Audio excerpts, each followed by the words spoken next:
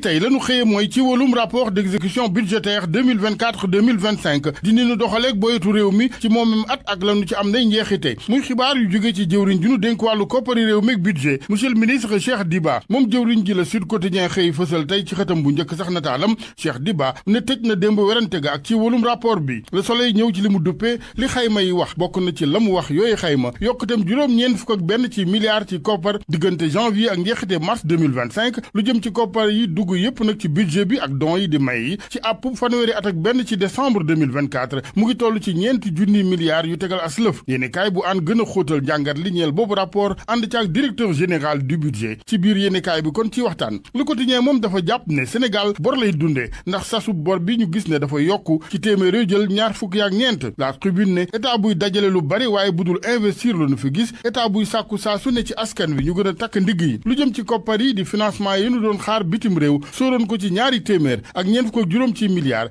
yéeni kaay bi ne juróom-ñetti milliards dong kott dugg Tribune ci yi mu sikkee état bi bokk na ci ñu ne projet yu nu gisul ak i gët mën-mënu góorgóorlu bi bu yokkoogul ci gàttal ci gis-gisu yéeni kaay